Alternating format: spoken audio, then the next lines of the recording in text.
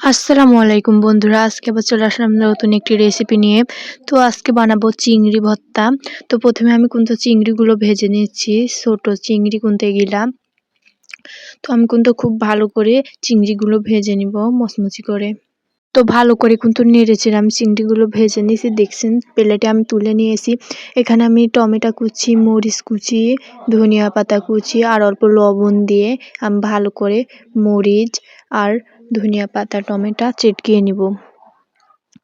ভালো করে চেটকিয়ে নেওয়ার পরে তারপরে দিয়ে দিব পেঁয়াজ কুচি দেওয়ার পরে আমি ভালো করে মাখাই নিব। তারপরে আমি আগে থেকে ভেজে রাখা চিংড়ি মাছ দিয়ে ভালো করে মাখাই নিব। তো চিংড়ি মাছগুলো কিন্তু আমি ভালো করে চেটকিয়ে নিচ্ছি।